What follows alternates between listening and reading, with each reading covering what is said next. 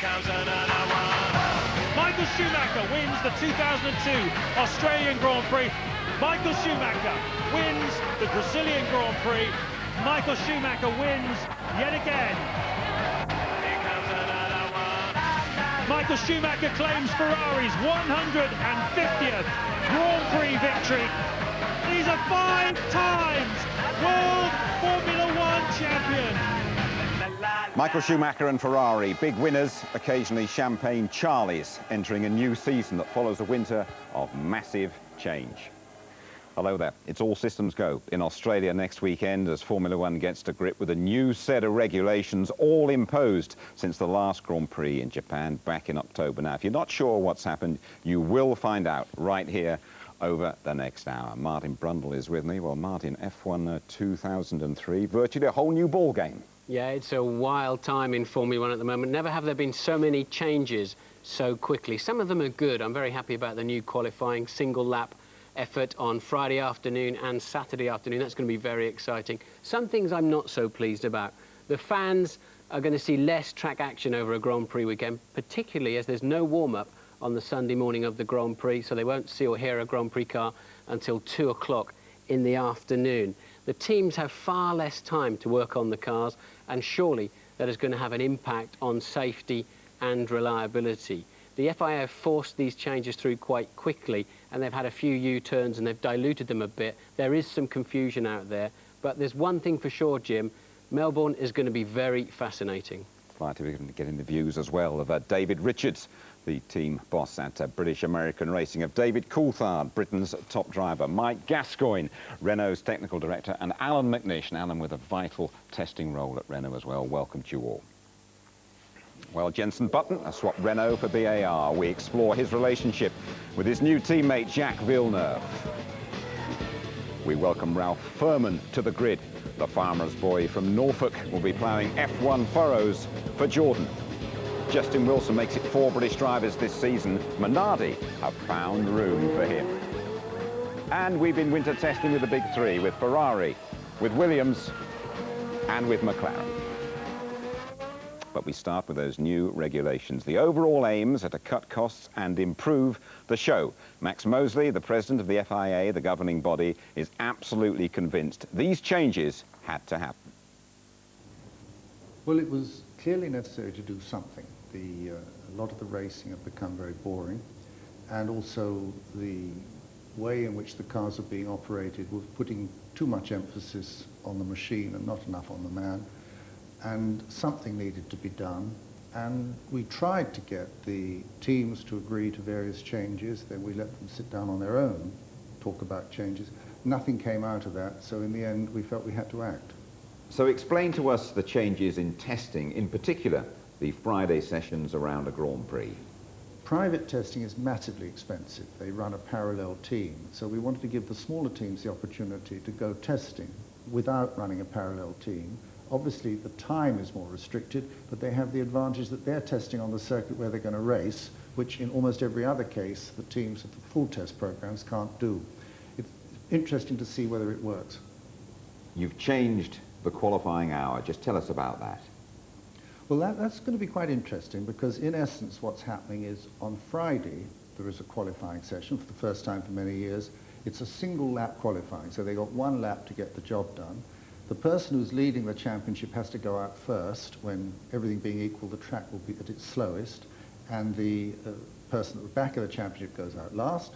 Whoever is fastest in that session gets to run last in the Saturday session, which again is 1 lap, but this time it's for the grid. Now, after qualifying, you're going to lock the cars away until just before the race itself. Why are you doing that? We started hearing that the top teams were going to build special qualifying cars. Cars with engines set to do just 12 kilometers, amazingly light chassis, running with no radiators at all. In fact, cars that were quite different to the race car. Now, that's undesirable for a number of reasons, but the main one being that it's phenomenally expensive.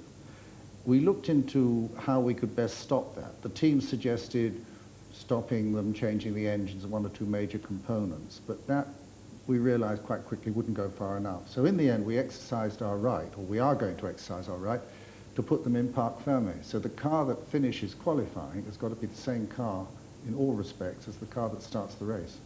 Now, originally, you wanted to ban pit-to-car radio communications, but you've softened your stance a bit, haven't you?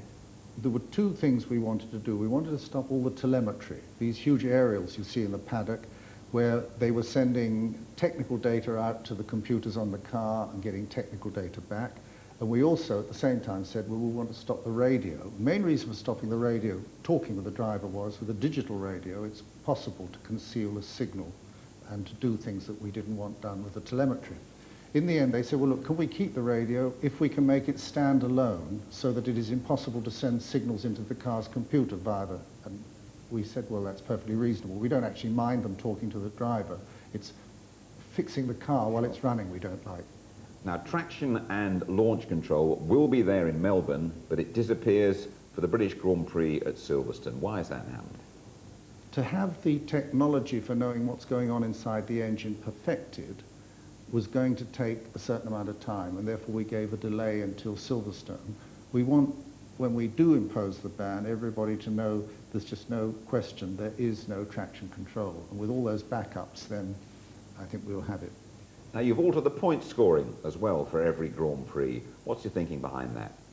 When the original six-place system was introduced, quite often only 6 or 7 cars would finish the race. Now we've got much higher standards, more reliability, and people like Minardi or Arrows last year were regularly finishing in those positions but not getting points. It seemed fairer to extend that, and at the same time it narrowed down the gap between first and second, which again the teams felt, and there are arguments on both sides, but the teams felt that that reflected more the achievement of getting a second place, which is still a massive achievement. Well, he's shaken the sport up okay, but two high-profile team bosses have not only objected to those new regulations, they've gone to the sports arbitration process saying Formula One is going to be dumbed down and more dangerous as well. Well, let's hear from McLaren's Ron Dennis, and first, Sir Frank Williams. We consider that the Concord Agreement, which is a tripartite contract, a legal document, has been sidestepped deliberately by Mr. Mosley, the president of the FIA, in order to unilaterally impose upon us sporting and technical changes that are not properly observing due process in that contract. Formula One is the pinnacle of motorsport. It always has been and always should be. And effectively these regulations are going to see the cars carry less levels of sophistication than some of the other lesser categories. I mean, it's just not the way to go. The manufacturers who participate in Grand Prix racing need the challenge, need the ability to demonstrate superior technology to justify their investment. There are approximately 10 car manufacturing groups in the world. 7 are active in Formula One, owning their own teams or partnering other teams. You can't say goodbye to those gentlemen. Formula One arguably would collapse. We need to have technology, we need to have plans that are affordable, but also embrace the manufacturers as well as the teams. There you have it then, Williams and McLaren very much in the opposite corner to Max Mosley and the FIA. We have a wide range of opinions here in the studio as well. Be sure to rejoin us to debate the F1 upheaval.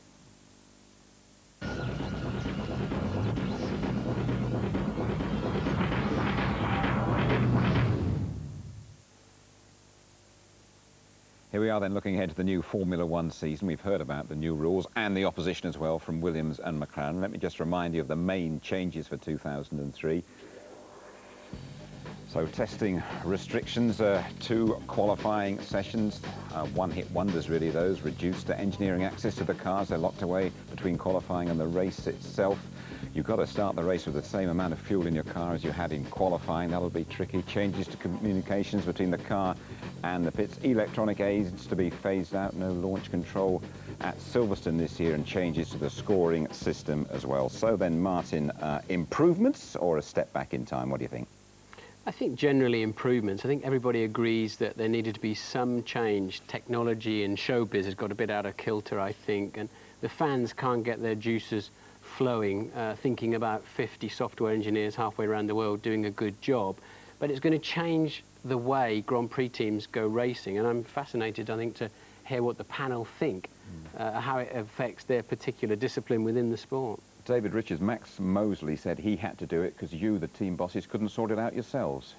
Well, you know, to a certain extent he is right. We were given the opportunity to resolve things. We did come up with a raft of changes, but the opinion of Max is it wasn't enough, and, you know, that's probably a valid opinion to a certain extent, and he came in with an interpretation of the regulations that take it a significant step in the direction it's taken now. David Coulthard, how much will this change your race weekend? Quite dramatically, I would imagine. Well, obviously the format for the weekend changes significantly, but the bottom line for drivers is that you still have the same goal. You have to drive that car quickly, whether it be with 9 kilograms of fuel in qualifying or whether it be with 80 kilograms of fuel. So the biggest change is going to be in how the engineers and the teams interpret the new rules to get the strategy right for the race weekend. How about the one-hit qualifying session? Well, we had 4 one-hits before. You know, I never took the attitude of, oh, this is my warm-up qualifying run, and then I've got my second warm-up, and, you know, working for a crescendo at the end. You've always got to think that your qualifying run could have been your last. Oil could have gone down, or the weather could change. So again, I don't really feel that ultimately changes anything, other than if you do make a mistake on that run, then of course you don't have anything to back it up. Mike, do you, as a technical man, feel a bit handcuffed by these new regulations? I mean, not handcuffed, and I mean, don't forget there haven't actually been any changes to the technical regulations, although there are some changes for safety. It's the interpretation of the sporting regulations. It does limit the work we can do on the car, especially pre-race, which is an issue for us.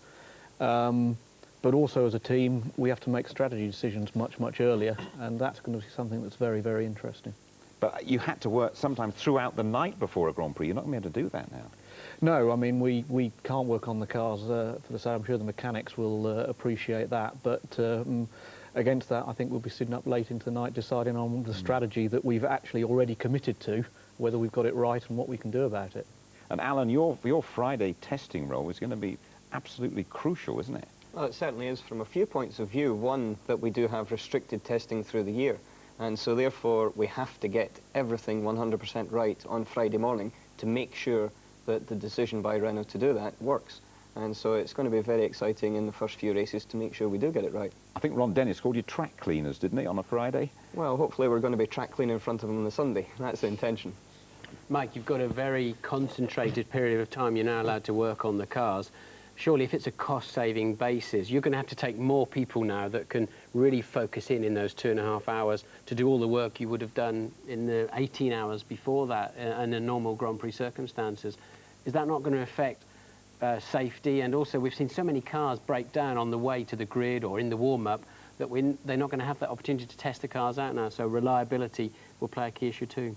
Yeah, I mean, in effect, we only have 2.5 hours between the Saturday practice session and then qualifying, and when they go out for qualifying, that is really your car for the Sunday.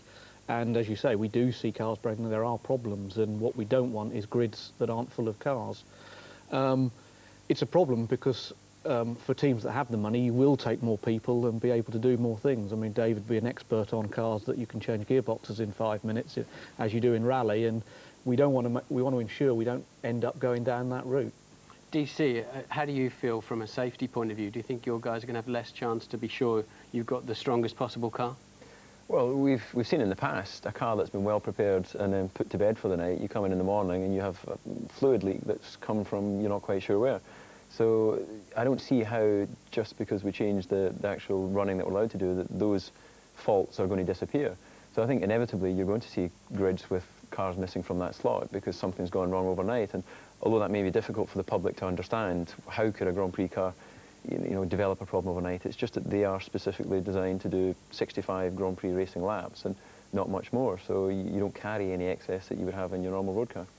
David, do you think this will significantly reduce costs? Not in the short term. The reality is our budgets were all well set for this year, and motor racing tends to be a case of you allocate the budget to the task, and then it's how effectively you spend the money.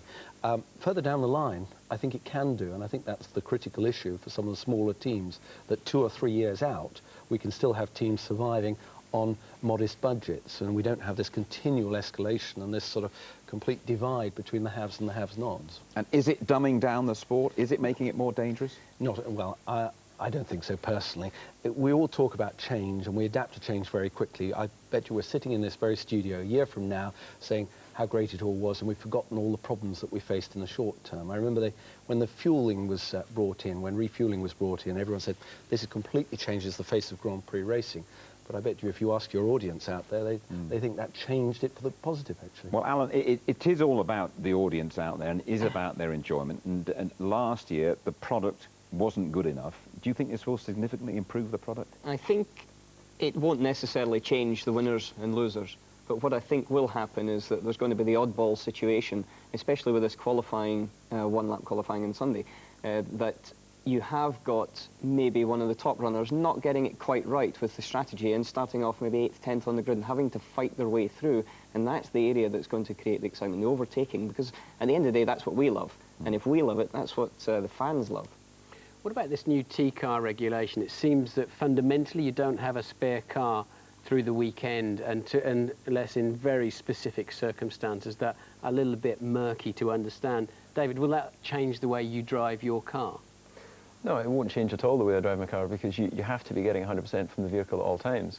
You know, if you're trying to set your car up to qualify, then to drive at 99%, then you know, this sort of safety margin that people might imagine you leave, I just don't think exists. You have to give 100%. And reality is, if we needed to change and we damaged the car, then you could actually have that chassis re-scrutineered, but you just can't jump into it during qualifying. Mike, what about the refueling of the car? What's that going to mean, where you can't put anything in the car well, after the start of qualifying, effectively?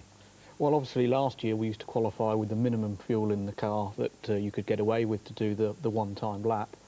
Now you can't refuel before the race, so you're going to have to carry the fuel that you think you're going to need for the first stint in the race. You go to several races where you know it's going to be a one-stop race. You know the tyres are going to last, so you want to carry the maximum fuel possible. And one of last year's problems, if you've got the quickest car on pole and he's full up with fuel and he's on the best strategy, he's probably going to win.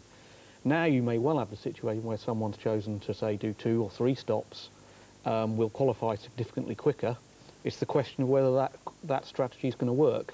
And of course, if condition changes, who knows? But I think the great thing is you may well have the quickest car on the right strategy, but 10th or 12th on the grid. So, David Richards, are we going to see a Minardi on pole position, do you think? Well, you know, there will be events, and clearly people will look at this tactically and sort of say, well, come to Monaco and let's just lead for the first 2 laps and sort of put it on pole. But I think this all adds to the sort of spice of the sport, and I think you'll see the audience revel in this. It means, Alan McNish, you're going to be quicker on a Friday than the fellas on a Saturday, doesn't it? Well, yeah, you're always trying to be quick every single time and you want to be the fastest, but I do think that, as we said before, it is going to spice up that qualifying, but it's going to spice the whole race weekend up, because you're interested to see who's quick on Friday, and then it leads directly into Saturday and Sunday. And just final word from you, David, it is going to make the sport very unpredictable. It certainly will, but I think that people will become bored very quickly of not actually being able to follow what's happening until you get to the last 20 laps or 30 laps of the Grand Prix, when the refueling side of things has actually, you know, worked itself out. And I disagree with Dave where he says that that when they brought in refueling, that actually made it a little bit more exciting. I actually think that racing was better when you had no refueling, because you knew you were on the same strategy as the car in front. Now you're going to have a car in front of you which is inherently quicker because there's less fuel on. You can't overtake the car. But if you're all out there with the same level of fuel, then you know you have to get by that car because you might not be making a pit stop. I think you look at it purely from a driver's point of view. I think you must put and I think the sport must put itself in the eyes of the fans more and really look what they're looking for. Well, I think that at the end of the day it is racing, and what the fans want to see is racing on the track. And to have to sit there and try and work out as an armchair enthusiast what the strategies are and what the teams have decided, it's just too confusing for anyone at home. My father's been following motorsport for years and years, and he can't follow all the strategies. So I think that it's fine to say, that it's in the interest of having the public being able to watch good racing. But good racing is what happens on the track, not what happens on the pit wall, with team principals and engineers. But I think we have to accept that one of the problems was when you sat and looked at the grid on a Saturday last year, you knew who was going to win within the odd 1 or 2 people, because people would be predominantly on one strategy, and you knew what it was going to be. Now there is going to be the uncertainty as people watch the opening laps. they're not going to know, and maybe that's what Formula One needs. I think we might not going to know either. Well, who we've knows? got it wrong. We will leave it there for the moment, gentlemen. Plenty more from all of you later on. Of course, we are previewing the Formula One season. It blasts off the grid at Albert Park in Melbourne next weekend. We have 10 teams, 20 drivers, 1 or 2 transfers, including Jenson Button's move to BAR. Sprinkling of new faces as well. But for Ferrari, well, if it ain't broke, don't fix it.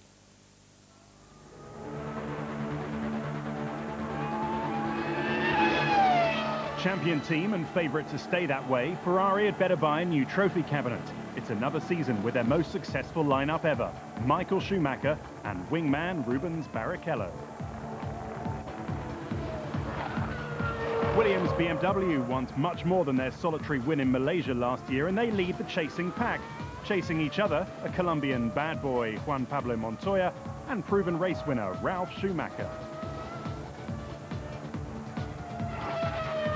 A win in Monaco, the only highlight of a dark season for McLaren, David Coulthard leads the team into another campaign. Alongside David, he's small on talk, big on talent, Kimi Raikkonen. Not only are Sauber's drivers both German, but they're from the same small town. People of Mönchengladbach stand up for your favourite sons, Nick Heidfeld and Heinz-Harald Frentzen.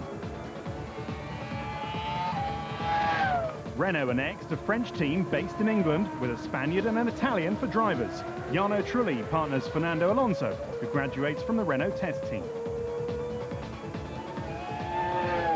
Jordan renew old ties with engine suppliers Ford this year. Hopes rest on the shoulders of Italian Giancarlo Fisichella, and fresh from Japan, it's Norfolk's Ralph Firman Jr. Keeping it real in British racing green is Jaguar Cosworth. They take on ex-Williams test driver Antonio Pizzonia and Aussie Mark Webber from Minardi. Talking of Minardi, they field our 4th Brit on the grid, Sheffield's Justin Wilson. And back after a year off, it's Jos the Boss Verstappen. Toyota, they're well-funded, have a good engine, an improving chassis, and could spring a surprise or two. Frenchman Olivier Panis and reigning kart champion Cristiano De Mata are the men to do it.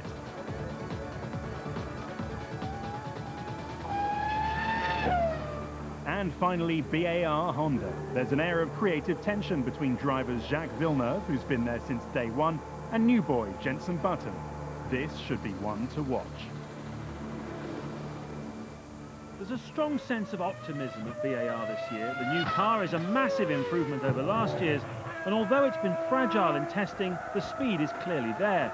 This is great news for Jenson Button, who's trying to establish himself after the disappointment of Renault. I know how I've improved over the last few years. They might not have been the best years in Formula One, especially the first year at Benetton. But I've gained a lot of experience. You do definitely mature over a few years in Formula One. I have my own opinion now about things, and I'm driving-wise, fitness-wise, technically, I'm the best I ever have been in Formula One. The tabloids are making a great deal at the moment of the potential spat between you and Jacques. Claims you don't really get along with each other. Is too much being made of that, do you think? You know, it's the start of the season. We're both working very hard. We don't go and play cards in the evening, but we get on. You know, we say hello in the morning. When I leave, I say goodbye to everyone, as you should do. I mean, there's no reason why we can't work together, meaning sharing data and giving as much input as we can, not trying to keep anything back. So we need to do that, really. You've always worked alongside really quick drivers in Formula One, Fisichella, Trulli, Ralf Schumacher, but now you're alongside a proven race winner and a world champion. What difference does that make? What's that going to bring out of you? I've never actually been a teammate of anyone that's won a race. I mean, Ralph's won races now, but yeah, but they've always been very, very quick drivers. Obviously, that's normal in Formula One. I think Jacques he's going to be quick. There's no reason why he wouldn't be. He's been world champion in the past, and if you look at his qualifying stats from last year, he did a very good job. We're never going to know how quick either of us are until we get to the first race, really. So let's wait and see. Villeneuve has made it clear he has yet to develop any respect for Button. He feels he's the #1 at BAR, and he's out to kick Jenson's backside this year. so far his first 3 years in Formula 1 have been highly unimpressive. So you cannot, it would not be nice to judge him on these first seasons. It's probably better to forget that he's had 3 years of F1 and wait and see what he does on this season. David Richards, they're your two drivers, highly unimpressive, and Villeneuve also saying that Jensen brings to the sport what the boy bands do to music. How are you going to sort those two out? A lot of fuss has been made about this, but the reality is you always get these tensions inside teams. I don't know if you've experienced it, David, or Alan has, but it's quite natural as they vie for position at the start of a season, and I think at the end of the day everything will sort of unfold in Melbourne next weekend. Just a quick word from Mike Gascoigne. You've had Jensen for the last couple of years. Which camp are you in, David's or Villeneuve's? Well, I mean, Jensen's a very nice guy. He had 2 very quick teammates, but also 2 very unpolitical teammates who he got on very well and worked well with. That certainly isn't going to be the case this year, so it'll be interesting to see. But David, talking about teammates, with these qualifying sessions that we have, especially obviously on the Saturday afternoon, when after the running order of Friday, one of your drivers clearly is going to run before the other. So when they come back into the pits, got to download a lot of information. You can help the second driver in your team. And with that sort of atmosphere between your 2 drivers, and we've seen what happened between Montoya and Ralf Schumacher, be interested to also hear what David DC's got to say about this too. But how are you going to manage that? Do you think there'll be a transfer of information, or if your first driver comes in, he's going to say, hey, I'm not telling him anything, he'll beat me on the grid? No, I think we will get them working as a team, and that's my role, obviously. But at the end of the day, Jacques a very intelligent person, and he's going to realise that there are swings and roundabouts in this relationship, and he can benefit as much as Jensen can from it. DC, will you expect help from or give help to Kimi Räikkönen? Well, I certainly won't be giving help directly to Kimi, but I'll be giving as much help as I can to the team. And I wouldn't expect him to directly want to help me as a driver. You know, we're trying to beat each other. But I think in being professional, you do everything you can to explain the car and leave it to the engineers to interpret. You know, there's obviously engineers who work directly in his car. 2 heads are better than one, obviously, and especially now with the reduced run you're going to get over a weekend. If you're not one of the Friday morning testing teams, then the driver's going to have to work together better than ever before, I would have thought. But I think you're working together for the benefits of the car. However, the one thing that I think is that certainly you don't help your teammates in how to drive the car. You know, that's one area that you do keep to yourself, you know, your lines, the way you're applying the power and that sort of thing. However, a faster car is obviously going to benefit you both, and you have to work together to try and achieve it. But surely, Alan, it does help if you're saying more than hello and good night to your teammate, doesn't it? It depends if your teammate is saying more than hello and good night to you. Yes, it does help, there's no question. But at the end of it, you're still fighting against them just as much as you're fighting against the other guys on the grid. Because to be world champion, you've got to beat everybody. Mike, a word from you about how Renault have gone in winter testing, and just a word about the new fella there, Fernando Alonso. High hopes for him. Yeah, I mean, Fernando's a very quick driver. We saw a couple of years ago when he drove for Minardi. He was very mature, a very likeable young man, and I think he's going to go very well.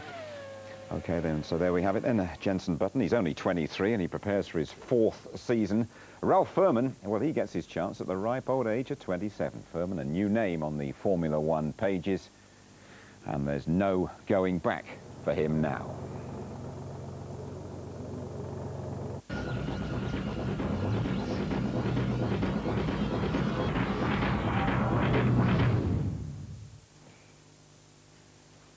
You're watching our preview to the new F1 season. We're going to be finding out about the new British drivers on the grid in 2003. Ralf Firman at Jordan and Justin Wilson with Minardi. But now our focus on the front runners and the challenge to close that gap on Ferrari. The latest creation from Scuderia Ferrari is this, the F2003 GA. The car carries the initials of the late Gianni Agnelli, boss of Fiat, and shares much of the sophisticated elegance of the great man. But the team expect to start the season with their 2002 car.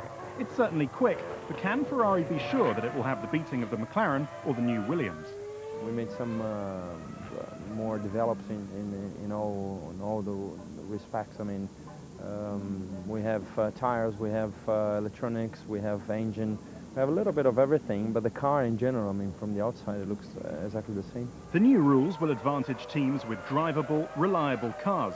So with a record like Ferrari's, it's hard to see them losing either championship. But no one in this team believes it will be easy. McLaren has made an impressive move forward, together probably with their tyre manufacturer. and therefore I see, as I've said many times, a much more competitive season this year than the last year. This interim car from McLaren features significant developments to both chassis and engine, and it's proved very impressive in winter testing. The all-new 2003 package is set to debut in Imola, which will enable the team to better incorporate the new rule changes. Initially, the decision was just really give us more time to make the quantum leap required to catch Ferrari. Now we'll be using the time to understand how we can get a car that can do a single qualifying lap, then not be touched, and go into a race. McLaren were found wanting last season, so Adrian Newey's technical team has been significantly strengthened over the winter months. The driver lineup features both youth and experience, and early signs are encouraging that McLaren will make more of the running in 2003. This is a critical season for Williams and BMW. Their target is to win championships in 2004, so they have to start beating Ferrari regularly and soon. Williams are the only top team to begin the year with a brand new car. Early testing was spent ironing out the technical bugs, but hopes are high. Hopefully it doesn't take too much time to get it right, because it's such a new radical concept that I think to find the right setups and everything is going to take a bit of time. But I gotta say congratulations to everybody in the team. They did a fantastic job. This car is such a big step. Looks fantastic. Juan Montoya and Ralf Schumacher remain super quick and have learnt from the mistakes of 2002. Ferrari beaters, don't bet against it. I think it's possible. It has to be possible. I mean, there shouldn't be any reason why the Italians all of a sudden can build such a good car, which no one else can do. And I'm sure it will be possible. It's just a matter of time. Well, judging by the way they've gone this winter, Ralf Schumacher's in dreamland there, isn't he? Well, I hope not. I mean, the hushed word in the paddock motorhomes is that Williams are struggling. I just hope they're sandbagging. We know they haven't got all of their full complement of 2003 pieces on the car yet, but DC, have you been anywhere near the new Williams on the track, and how's your motor going? Michael seems quite impressed with it. No, I haven't tested alongside Williams at all. We seem to have spent our time flitting between Valencia and Barcelona, and they've been at opposite tracks. And as Alan was just mentioning during the ad break there, they seem to have shown quite good form in wet testing, but in the dry so far, as you say, they haven't turned a time. But that is the same as last year. They weren't very quick until they got to Melbourne. And your car? It's a quicker car than we started Melbourne last year, and certainly as we finished Suzuka. I don't think it's going to be a big enough step to challenge Ferrari initially, but the big hope lies obviously in the new car when it's introduced in Europe. David Richards, one of the main points of the new regulations is to improve the show, is to improve the spectacle. Can you see Williams and McLaren getting nearer to Ferrari? I certainly hope so, and there's no shortage of talent in both those teams to do it. But Ferrari have really shown everyone a clean pair of heels for the last couple of years and have every sign of sort of doing it again this year. But let's wait and see. Mike, you've got a new motor as well, haven't you? It's fair to point out. But just tell us the theory about starting the season with a brand new car or waiting until we all come to Europe. Well, you want to be reliable in the first few races. I mean, at Melbourne last year, how many finishes were there? 6 or 7. So there are points to be picked up early on. So taking your old car that you know is going to be reliable can be something to make sure you get some points. It also gives you more development time, so you can spend more time in the wind tunnel, push the car back later and later, and hopefully make a bigger step. Against that, you want a quicker car as possible from the outset. So we've launched our new car quite early. Hopefully got it sorted out mechanically and put some new bits on it just recently at the last test and made quite a big step forward. So hopefully we'll join those big teams as you seem to leave us out of it. I'll take your point on that one, by the way. You've been driving the new car. How good is it? It feels very, very good. The chassis gives a tremendous amount of feedback, and it's actually quite comfortable to drive even in the high-speed corners where inherently these cars and tyres are on the limit of the grip. And so I get more enjoyment and more feeling out every time that I get into the car. But ultimately, everyone's going to have to wait until Melbourne to find out how quick everyone's car is.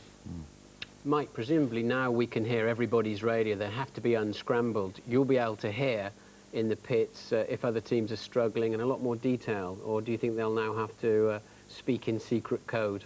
Well, we have enough trouble understanding our own radios, let alone anyone else around the world. But, yeah, I mean, the interesting thing is they will be talking about what's going on. Of course, strategies are fixed as we start, but you'll be trying to modify them, and obviously you'll be able to monitor them and keep up with what's going on. David, let me put one thing to you that everybody out there says, who can get closer to Ferrari this season? Is it going to be the runaway again? Well, no one knows. That's why we're here talking about the season ahead. But the reality is they start the year as the team most likely. And, you know, we finished the year able to qualify in front of the Williams, which we'd struggled to do most of the year. And we showed most of the season we were better than them in race performance. So I'd like to think we are the team most likely. But some of the things they've been doing during the winter have been pretty frightening, haven't they? I haven't watched that particular horror movie. I've been concentrating on my testing and development programme. And, you know, as we all say around here, we have to wait until we get to Melbourne. So all the build-up, all the hype, it will all come out in the wash when we do, well, not in qualifying in Melbourne, but certainly on Sunday afternoon. Yeah. OK, David, thank you. When we get to Melbourne, 20% of the grid's going to be occupied by British drivers. This season, Ralph Firman is the last one to arrive. He's Giancarlo Fisichella's new colleague at Jordan. Fisichella, a class act, we all know that. Jordan hope Firman is going to be a quick learner. Driving alongside Fisichella is Briton Ralph Firman, who's had little chance to relax since news broke of his elevation to the F1 ranks, throwing him into the glare of the media spotlight. At 27, Firman is older than most F1 rookies, but has enjoyed a highly successful racing career.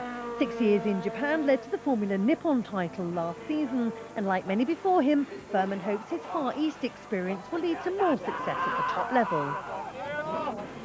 What do you think you learn that's different out there to what you will have learned on the European circuit, for example? Well, one, you're a long way from home. You have to take care of yourself. And secondly, the cars are a lot faster, and physically it's more demanding than the European cars. But also you can change anything on the car, and you learn technically a lot more about setting up a race car.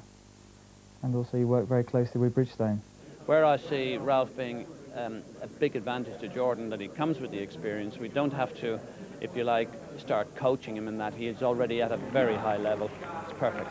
Life's going to be quite different for you now, isn't it? I think, yeah, things obviously change when you get to Formula 1, and looking forward to that.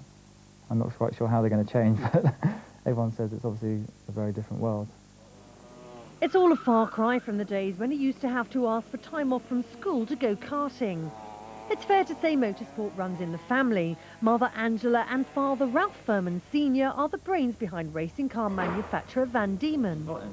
Back in the early 80s, they took on young Brazilian Ayrton Senna, who, as well as winning 4 titles for them, spent time living with the Firman family. With all these racing influences, it's no surprise Ralph Jr. was bitten by the racing bug. It was just a hobby really until 12, 13, 14, and then you started travelling around Europe and it became a bit more professional.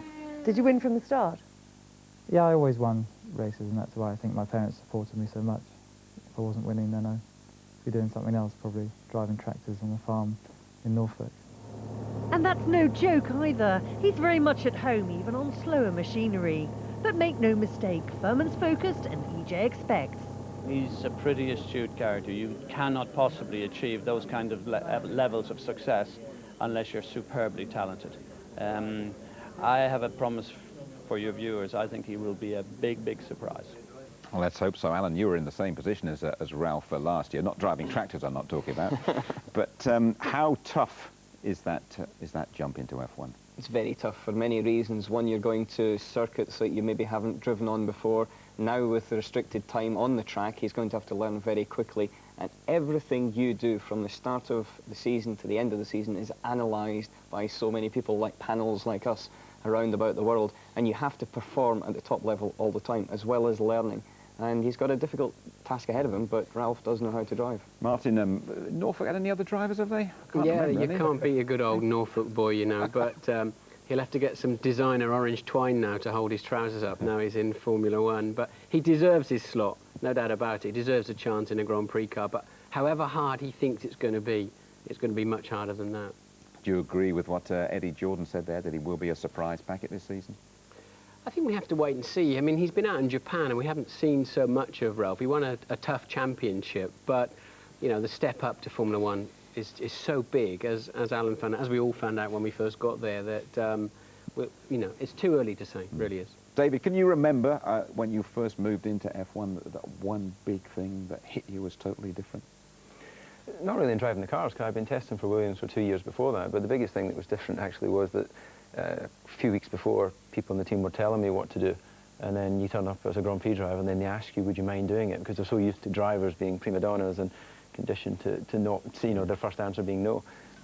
So I actually don't think it'll be such a big deal from driving the cars as such, apart from the fact it's a different car than it's driven in the past.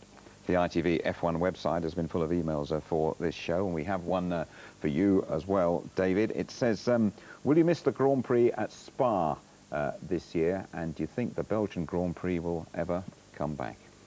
I think myself, along with most of the drivers on the grid, are saddened that Spa's been dropped from the calendar, because it really was one of the great challenges for a driver. In the last couple of years, Eau Rouge dropped away from being quite as difficult as it was, because it certainly was easier flat, but nonetheless it's a great challenge, that track, so it is a shame, and I hope it is back on the calendar as soon as possible. OK, and Mike Gascoigne, one for you as well from the ITV F1 website. It comes from Neil Duffy from the Isle of Man. Mike, do you think the new regulations are going to make it more difficult to design the cars? Not really, because I think designing a quick car, all the elements are still the same. I think now we can't work on them. We certainly wouldn't have designed them the way we've done for this season had we have known what the regulations are going to be. So I think we'll go away and give that some thought. OK, let me just run down a typical Grand Prix weekend for you, a new Grand Prix weekend. This is how it pans out, and we're not expecting any change in the next week or so. A couple of hours of private testing on a Friday morning involving Jaguar, Minardi, Renault and Jordan, followed by an hour's practice. And in Australia, the world champion Michael Schumacher is going to be first out in the new Friday qualifying session.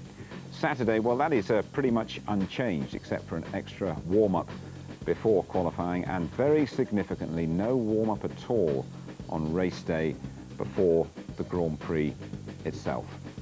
Mike, I wanted to pick you up on that. You said you wouldn't design the cars the same way now. Had you have known the new regulations, what will you change? Presumably to make them much more adjustable, yes? Yeah, I mean, obviously, from the length of time we've got, we used to do a lot of rebuilding of the cars every night, which used to take a long time, and we're not allowed to do it. So I think we'd have designed things that we can change quicker before that final Saturday qualifying. In terms of setup changes, you might want to change it, for instance, much more in a pit stop now than you would have done, because you would have fine-tuned the car in the warm-up and going to the grid, and now we can't do any of that. So that's the ride heights and other sort of dimensions, really, other parts of the setup, roll bars and that you can't change, or the torsion springs, you know, fundamental parts, but you think you want to tweak the car much more. Wing settings, presumably. Exactly, ride heights, wing settings, those sort of things. David, have you got any misgivings at all about the shape of a Grand Prix weekend? No, I think we've got to let it unfold now and see how it all works. You know, it's a level playing field for everyone at the end of the day. It's the same for Ferraris, it's the same for the back of the grid. So, no, I'm relishing the challenge. OK. Well, I suppose in Grand Prix terms, Ralph Firman is a pretty big lad. And next we're going to hear from the last of the Brit Pack, from Justin Wilson. Justin, 6'3". He'd been told he was too tall to drive in Formula One. Not, though, by Minardi, where apparently size doesn't matter.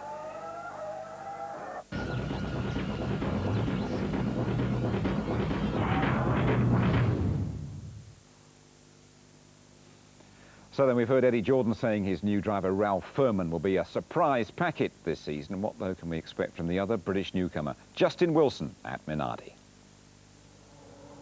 Justin, the name Justin Wilson and the issue of your height seems to sort of follow each other as sure as night follows day. But it almost did mean that you couldn't make it in Formula One, didn't it? Yeah, it came very close and very difficult times, but fortunately it's worked out, and you know, Paul Sollard's given me the chance, and I want to make the most of it now. Because that was Hungary last year, wasn't it, when they rested Alex Young? Yeah. And it was just because you didn't fit into the car. That was the only reason why they didn't run you. It was very difficult, that 24 hours, and especially that evening, sat in the hotel on my own, just thinking, it's not going to work, but you can't give in. Now, most people will know that you bring a budget, you bring money to Minardi, as does your teammate, but your management is actually offering shares in Justin Wilson Limited. How does that work? Yeah, it's something that we've been working on for a while, and the idea is just getting the public involved. Hopefully whatever people put in, they earn double back over a period, which, you know, for me, I hope it's not too long, and also for them, because I know from my own experience, following somebody in a race is much more enjoyable than just watching a race when you don't know anybody. In motorsport terms, you've been around a bit, haven't you? You're not like a Raikkonen or a Button coming in straight from Formula 3 or Formula Renault. You've kind of been around the block a bit. Do you think that helps? I feel as if it does. Obviously, they've done a very good job going straight in with very little experience, but I believe that the experience I have will help me in certain situations. I've done difficult times in 3000 where you have to do your qualifying is the first time you see the circuit, and in some circuits it was the first 2 laps of qualifying that were the quickest by a big margin, so I'm used to that pressure of getting on the pace straight away. Just being in those type of situations, learning some of the circuits, is all going to make life a little bit easier. Not a lot, but a little bit once we get to the races. So what would you say your personal targets are for this year? My target is to prove myself. I want to go out there and show everyone that I can do the job. If I can't, then I guess I'll disappear, but if I can, then hopefully I can stay on in Formula 1 and prove myself again. So the aim is always try and be the best. He wants to see if he can cut the mustard this season. What do you feel about the British Challenge in F1? Well, good news for British Motorsport. We've got 20% of the grid in Formula 1 this year. Justin Wilson, another young driver that deserves a chance. I think it's going to be a question of a no-lose situation for him in many ways, because Minardi will be expected to be towards the back. He's got a very quick teammate in Jos Verstappen, and I think we could see something quite good from Justin Wilson through the year. David Richards, a lot of attention on your man Jensen. Yeah, no, I really think he's had 3 years of experience in Formula 1 now. That's sort of quite a considerable amount of races behind him. He's very comfortable in the team. Hopefully we've delivered a good car for him, and I think he can be mixing it at the front this year and giving the likes of David a hard time. Podiums? Well, you know, anything can happen this season. There's going to be a lot of unpredictability, and our car's certainly showing all the signs of being competitive. So, yes, I have high hopes. David, is the World Championship a realistic thought for you this season? Well, that's always obviously the ultimate goal, and that doesn't change just because Ferrari are still looking strong. If we can have a reliable start with the old car, when the new car comes, then hopefully that will bridge that gap. Is there a bit of desperation for you to get that world title, or are you quite happy the way things are? Because, I mean, you're doing not badly in the game, are you? Well, I think I've got nothing to be embarrassed about with my results so far, and you know, desperation is something when you don't feel you're in control of a situation. You know, I think I'm ideally placed to exploit what McLaren give me, so if they deliver the car, then I'll win races. Mike, what about the British quartet on the grid? You can sort of sit back and take almost a dispassionate view, can't you? Yeah, well, it's great to see 4 British rather than 5, because don't forget Alan will be at on Friday at the Grand Prix weekends. I think obviously it's an intriguing year for David, trying to battle with Ferrari at the front. I think we're all going to be intrigued by how Jensen does against Jacques, and 2 newcomers, especially Justin, who won the Formula 3000 Championship, really deserves his place, and good to see him there. Quick thought from you, Alan? I'm very much looking forward to the season as a whole with the regulation changes, and also to see how everybody that's around this table gets on with those. And the new drivers are coming in, going to have a good hard time, but they'll certainly enjoy it, that's one thing for sure. Let's hope so. So will all of us. That is absolutely certain. We got an email for you, David, before we go. It comes from Rob Gordon up there in Aberdeen. David, are you going to miss Eddie Irvine this year? I know we're tight for time, so one-liner, like a hole in the head. That much, eh? The Christmas cards weren't exchanged, were they? No, definitely not. I wouldn't waste a stamp. OK, then. Let me just say we've got an extensive array of programming from the Australian Grand Prix. The ITV F1 team is going to be exploring new areas to enhance your enjoyment. We cover that new Friday qualifying session from 2:15 to 4:15. That's on Friday morning, British time. Saturday morning, we review the new sessions building towards that new one-hit qualifying session.